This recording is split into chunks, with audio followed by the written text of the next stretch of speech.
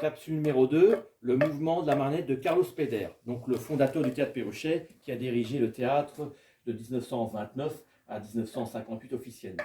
Donc ça, c'est une petite marionnette qui date de 1929, du premier spectacle qu'on considère être le premier spectacle professionnel, puisqu'on a le théâtre dans notre musée. C'est une danseuse des Mille et une nuits. Alors comme c'est une danseuse et que c'est Carlos Péder, il y a le mousqueton qui fait qu'on peut marcher. Puis les fils à côté, c'est les fils de la main ici, qui sont reliés généralement avec des petits anneaux. Voilà. Évidemment, cette marionnette, on peut la mettre à genoux aussi, hein, faire des expressions.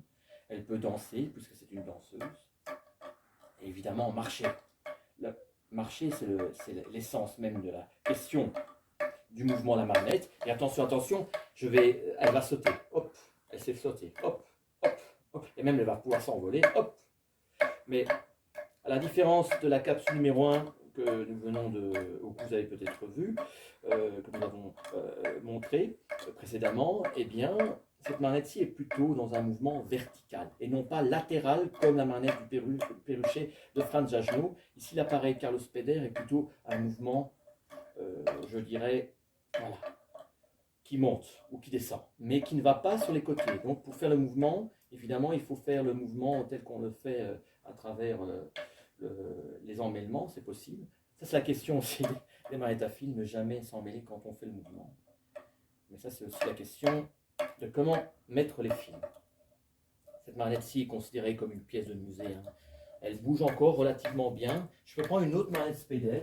Je l'enlève de votre champ de vision.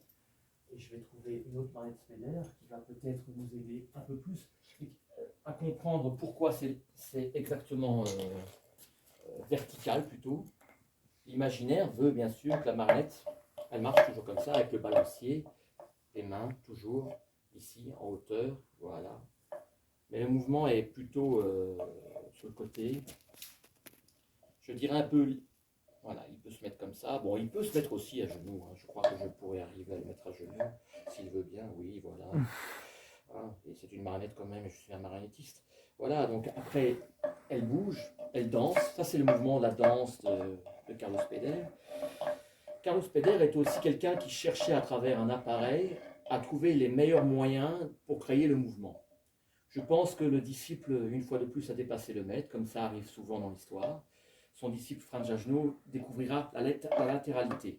Si lui, il a découvert la danse et le fait de tourner la marionnette et de pouvoir justement voltiger dans les airs à travers le mousqueton Péruchet et la mise en fil, il faudra donc son disciple pour créer vraiment le mouvement. Il ne faut pas oublier bien sûr que Spéder a créé le boléro de Ravel et peut-être qu'une prochaine fois je montrerai comment le boléro de Ravel bouge et se meut. Et comme ça on pourra voir aussi la différence avec une autre marionnette de danse de mon père. Merci et à très bientôt.